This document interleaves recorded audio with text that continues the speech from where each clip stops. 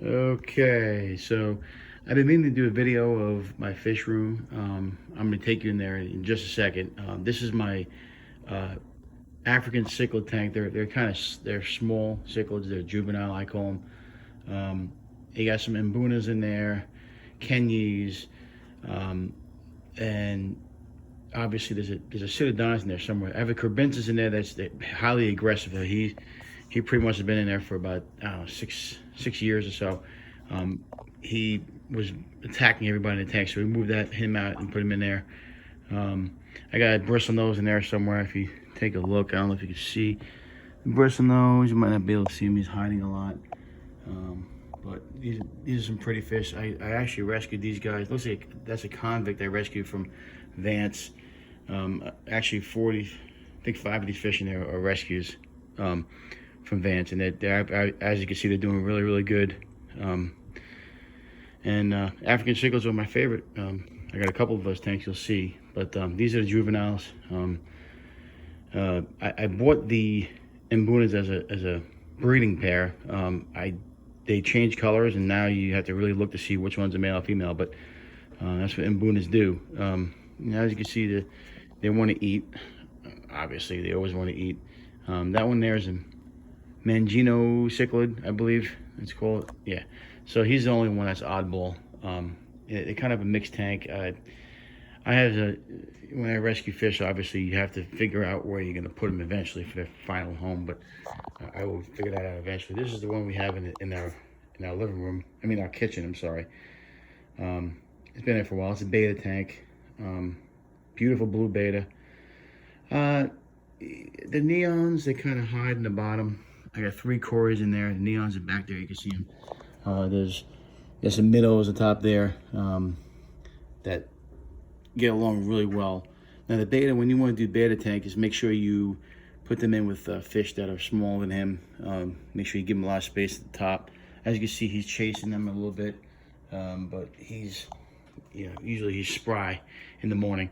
So the cories are in there, and I got an algae eater in there. I like to keep algae eaters in all my tanks, pretty much all my tanks, not all of them, but they're very good cleanup guys. But you can see the beta, he's looking pretty as usual. I've been there for almost 2 years now. If anybody tells you that betas are just throw them in a little bowl, please don't do that. I mean, I know they sell them like that in the store, but I prefer to have my fish in tanks. I do have a small tank in it. I've been trying some fish out. Obviously, if it doesn't work out, I'm gonna have to move these other fish, and I've done it 3 times already. Hold on one second. Let me get my cat out there. You can see he's trying to get me out of the tank. Hold on.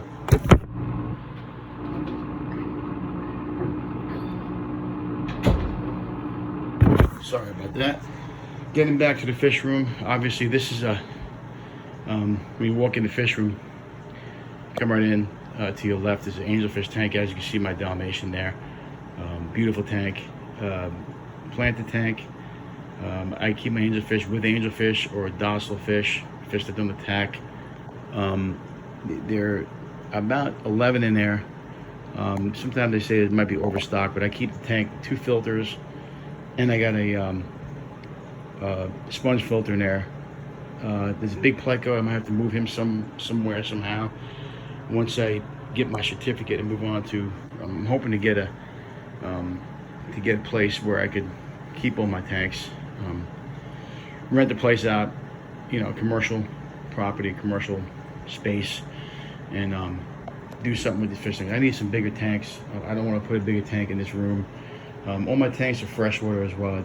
I feel saltwater makes too much of a mess, and I'm in an apartment, so I don't want to make too much of a mess. And so freshwater already is enough of a mess, but I try to stay away from saltwater right now until I get a residential place or a commercial place where I could put my tanks and maintain, not worry about salt creep or stuff like that. But that's my reasoning. I do want to do a saltwater tank. I've done saltwater tanks in my life. I've been doing fish for over 30 years. But obviously, when the time comes, I will. But space is more of an issue right now for me than anything else. I do rescue some fish too, so that's another issue. But obviously, we have some moss in there. There's a Raphael catfish in there somewhere that likes to hide. Um, he doesn't come out very often. Kind of a boring fish. Kind of upset that I got him, but he does come out at night. I seen him out there at night, but he's kind of boring. But anyway, that's the angelfish tank. I did have two of those marble, beautiful ones in there, but one of them died before I moved them to the 55. So I think I'm going to leave it the way it is, but I'd like to get another couple marbles if I can eventually. My favorite fish, as far as cichlids are concerned, I love watching angelfish. But that's the first tank you walk in to the room, 55 gallon. That's the first thing you see. Now you come over to this tank. This is a Sokolafi grow out tank. These are cichlids. These guys here I bought at the fish store in Lancaster, but I'm not really sure what they're called. It's something with a G. But I think they're beautiful fish. They're in the cichlid species. They're actually African cichlids, so they can go in there. And I see that cichlids have a tendency to fight if they're in a small tank, and they'll be moving out to a bigger tank eventually. But that's a pretty simple tank. It's a grow out tank. They maybe look like they might be ready for the big tank, the ones that I showed you out there. Might not be a great mix. I might have to see if I could get another tank for these guys. But for right now, you can see the Chinese algae unit back there. I like having those guys in my tanks. They do a very good job cleaning up all your messiness or any kind of algae or any food that hangs out the bottom. They keep the tank clean. As you can see, there's no mess in the bottom there. They're very, very clean. Now, obviously, the grow out tank, I do have a sponge filter in there. I run a 120 gallon hang on back filter. I do that just because I'm afraid with cichlids to take out the hang on back filter because they do make a mess. They're messy fish. But for now, we'll leave two filters. But eventually, I'd like to run all sponge filters in my tanks because I do run a couple of air pumps, that run like about 6 or 7 of my tanks. So I like to do that and just keep sponge filters in these small tanks. Eventually, I'll get there, but I'll have to, grin and bear it for now. It's also less electricity. All my electricity goes through a GFCI box that plugs into the outlet. So if you're wondering about that, any water problems, it actually turns the electricity off right away if it gets too close to the circuit. So people say you gotta start a fire. Well, as long as you have GFCI hooked up, you should be good. I do also have almost all my outlets a switch to turn off the power. So if I do have an issue, I could turn it off from a main switch, and it pretty much shuts down half the side of the fish room. So you gotta be very careful when setting these things up. You gotta think about it. I build stands to make it fit. Obviously, my wife said I could get rid of some of these small tanks and get a bigger tank, but I'm thinking I might go that way, just to get some of my tanks off where I want, off some. I have one 75 gallon on a pallet that I like to get off the ground. So, but eventually I'll have to, it's a work in progress. I'm not sure if we're gonna stay here that much longer. So I don't know if I want to do too much to the room if I'm gonna be moving. Anyway, so moving on to the next tank. This is a platy tank. Unfortunately, this tank had a female in there. A couple weeks ago, I went away to New York, and I came back and the filter was off, and there was no oxygen going through this tank. So I lost about 5 fish in there. One of them a female platy who was giving birth to my babies. I had 2 fry, I believe, so far, but she passed away. So I'm kind of stuck. I love platies. They make a lot of babies. It's a lot of fun fish. This tank has Danios in it. It has some cories. There's a snail you can see in the bottom there. I keep a lot of snails in my tank. I did have a recommendation from Dustin over at Petco to use some turtle bones. Well, actually, they're bones for turtles, but I put them in there for the snails. Apparently, it grows their snail covering, grows it nicer, and makes it so they're in tip-top shape. So I try to put that in there, help them out. But there's also an albino bristlenose in there. I do have some. If you take on the glass, there's a Otto. I do have a lot of plants in my tanks.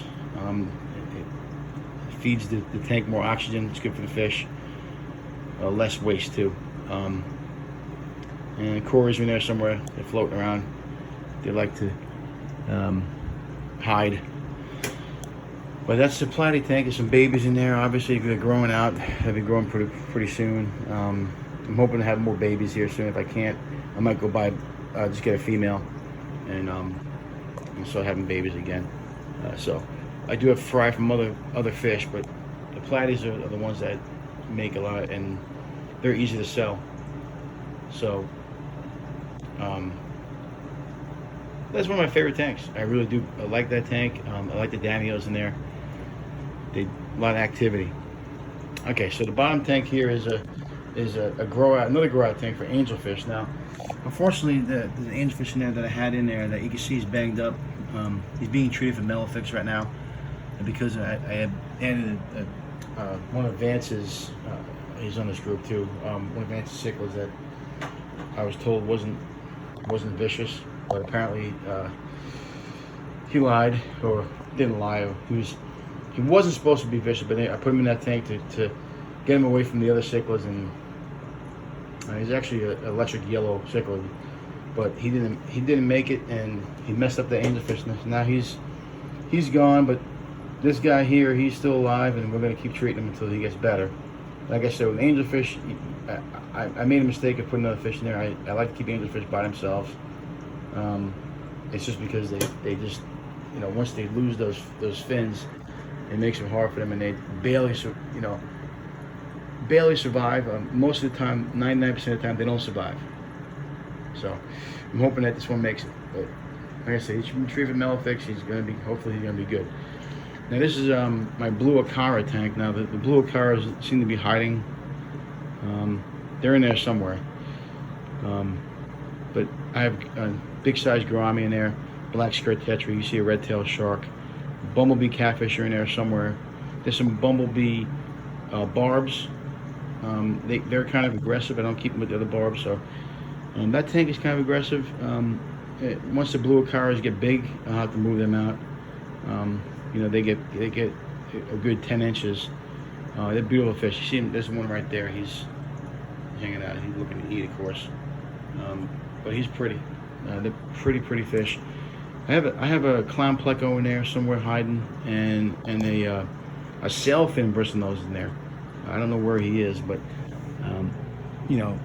obviously you plant the tank. You like to have it planted in there. But usually he likes to hang out in that boat.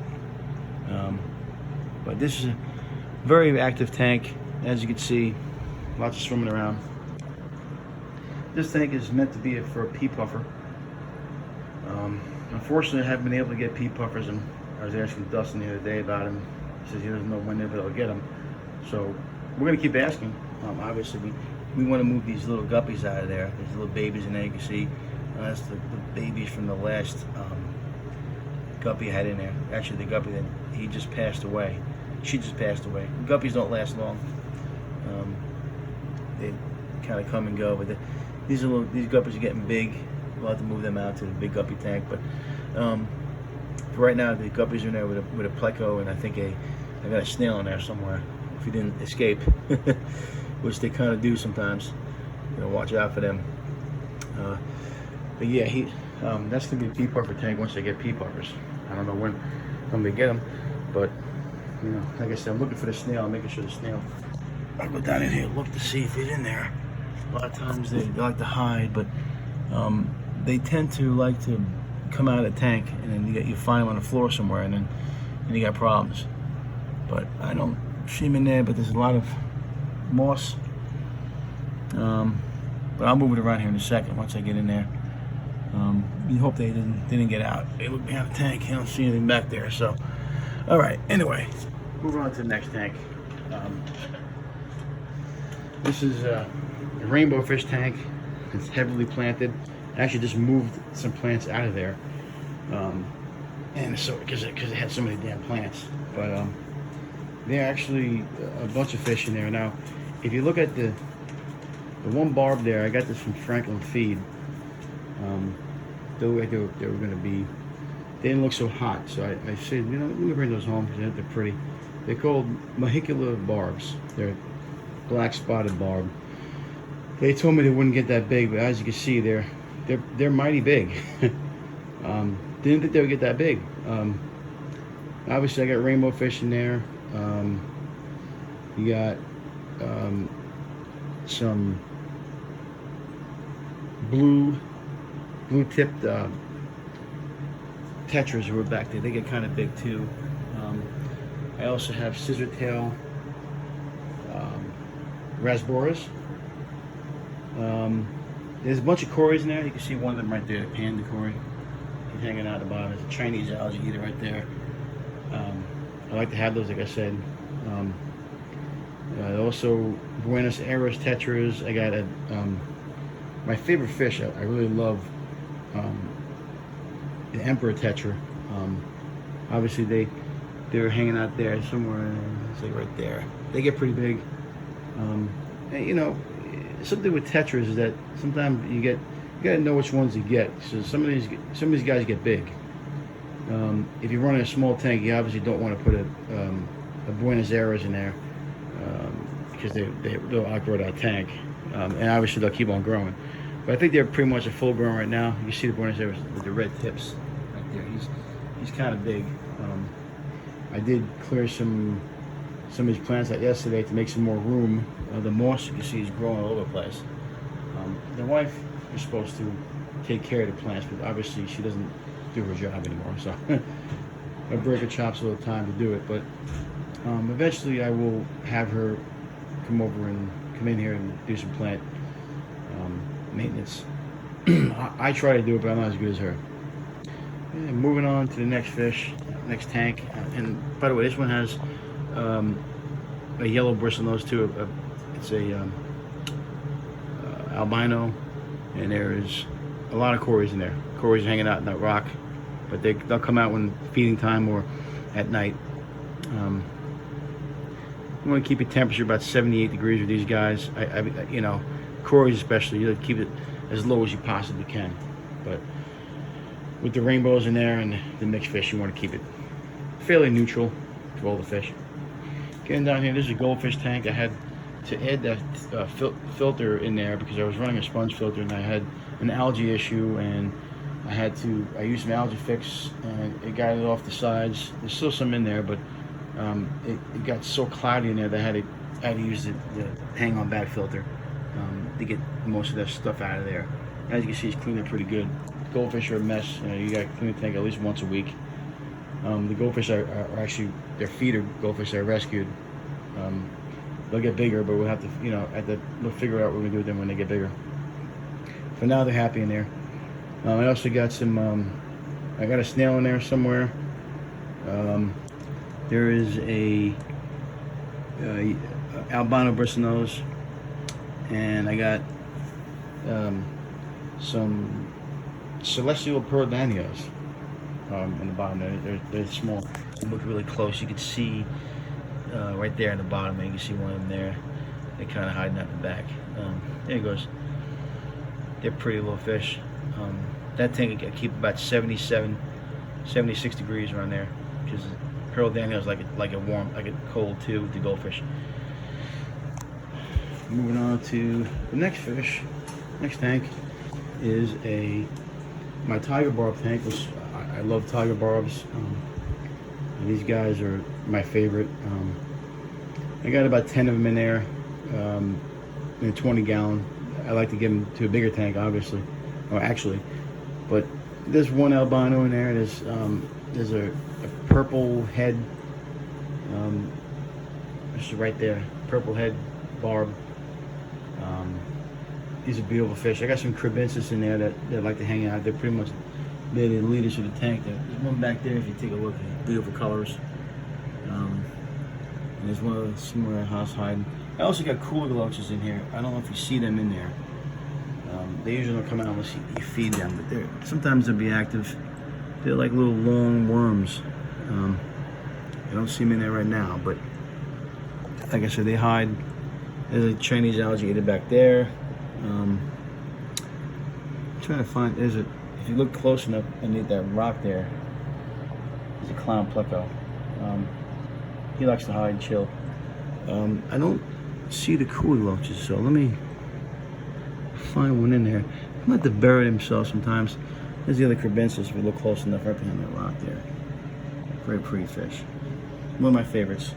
Obviously cichlids, I have a place in my heart for cichlids, but if you look back there underneath the plant, there's one there.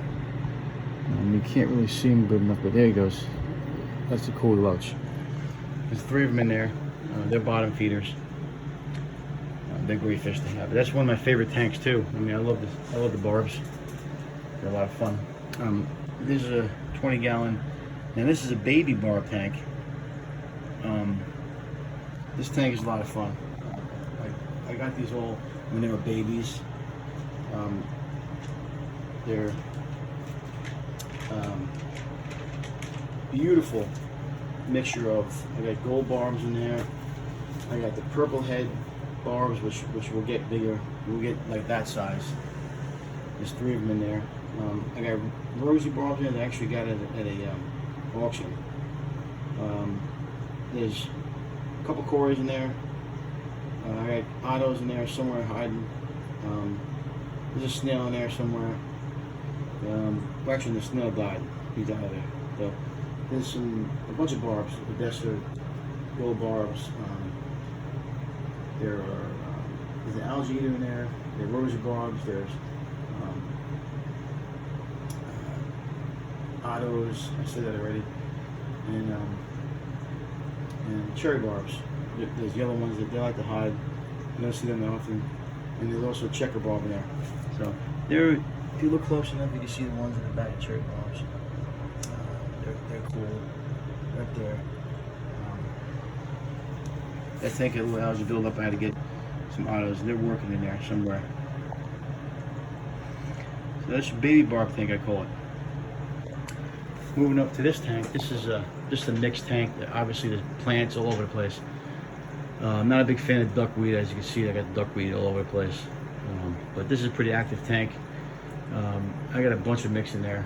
I just got 2 Dalmatian, white Dalmatian mollies in there yesterday. You see the bristlenose on the tank.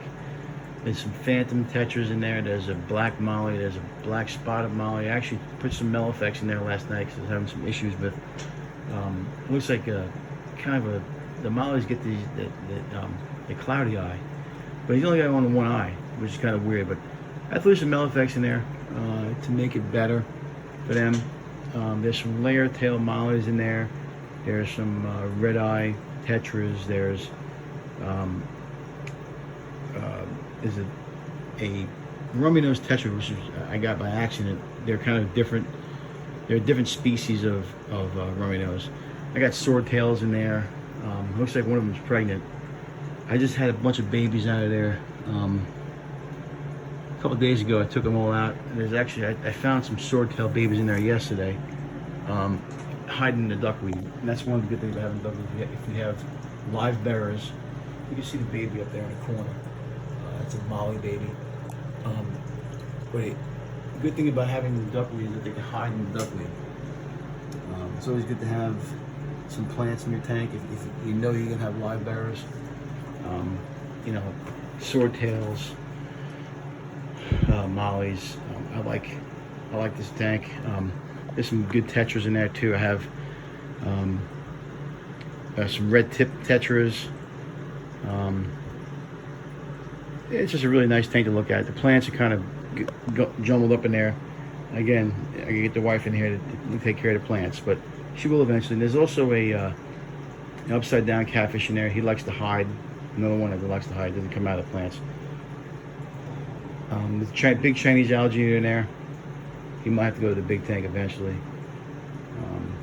And just a bunch of tetras. You know, it's tetra, molly, swordtail mix. Very active tank, very good tank. Lots of plants. Sometimes you can't find these fish because there's so many damn plants. It's a good looking tank. This is my other beta tank. Now, I don't know if you can see the beta. He's kind of small. He's there in the corner. There. He's in there with neons, some autos.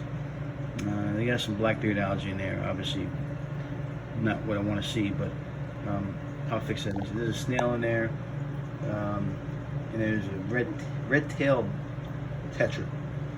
And I got some cories in there too. Cories they're in there somewhere floating around. So that's a good tank. Cories, you obviously like to feed them some pellet food, and I also give them algae wafers. They love algae wafers. So now this is the big tank, the big guy, 75 gallon, which I do have on a pallet, which will be moved soon. I'm gonna try to build a stand or get a stand. This is a 75 gallon with a bunch of fish in there. Grow out fish. Frontoses will have to be moved eventually. They'll get about 14 inches, 15 inches.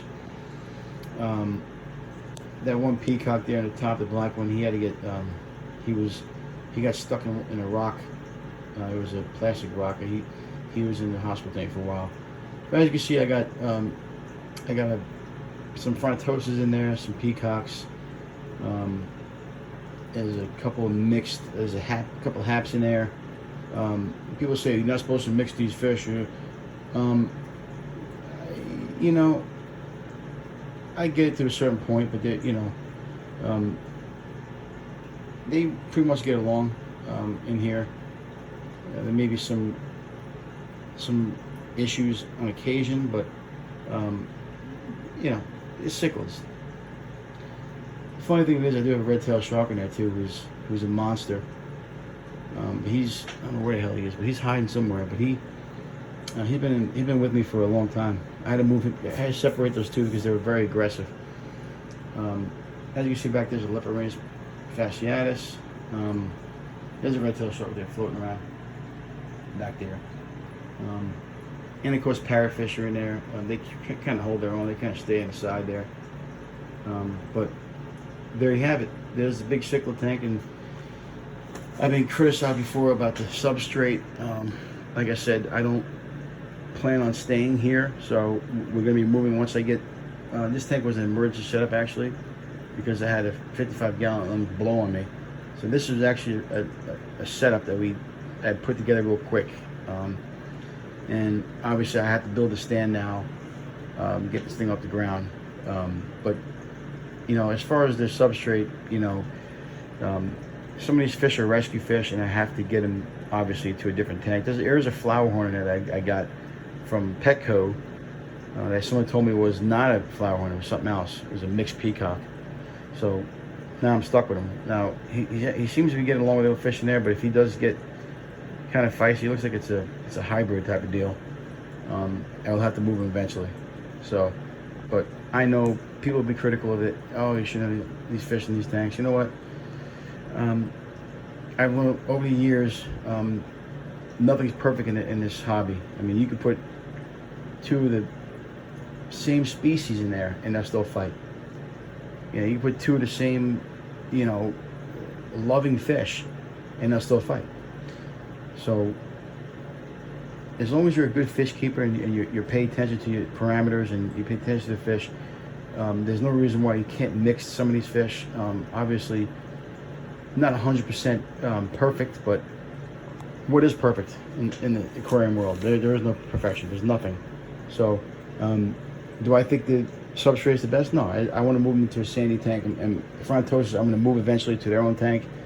Where I have a colony where they're sand. But for right now, it's going to have to do. And I don't spend a lot of money on fish tanks. I try to keep it my low budget as possible. So that's where we're at. Now, this is a guppy tank I told you about before. It's a 15 gallon. I got some Congo tetras in there, some pretty goldfish. There are some rummy-nose in there. As you can see, the rummy-nose. And some beautiful goldfish, some beautiful guppies in there. You can see that one right there, very pretty.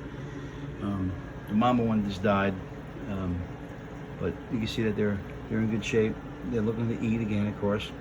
A bunch of guppies up there, and yeah. So Guppies have babies like crazy, so I'm sure I'm gonna have another baby in there somewhere, eventually. Once I do, I'll move them back in there. And a Congo tetras, I want to move it to that big tank right there. They'll go in there eventually. And the Romeos will probably stay in there, but I like to move them too. But guppies, very simple tank. Congo tetras I got from a guy down in Hagerstown. I love his fish. When he can get me some good stuff, I usually take him. And of course the Romeos I got from Petco. So, pretty much it. There's a minnow in there that we were gonna feed big Melvin, but Melvin decided not to eat it. So, so now he's in there as a rescue. Anyway, now here's a little 5-gallon tank I set up. This is just a little a bloodfin tetra, and I got some Priscilla tetras in there. There's some Corys in there. There's only 2 in there. There's a snail in there. It looks like he's probably dead because he crawled out, and I tried to put him back in there last night. It looks like he's dead. So we'll take him out of there. In that fish, in that little tank there's ember tetras. You can see him in there, swimming around. The little embers. And there's a little snail in there too. I got a little, some kind of snail in there. You can't really see him right now, but he's in there somewhere. There's some food at the bottom there that we have to get cleaned up. I didn't eat yesterday. But you can see the ember tetras. This is my baby tank. There's baby mollies in there. We got some mollies, babies. And there are some autos in there. This here is just a hospital tank. There's nothing in there right now, thank God. But there's a hospital tank there.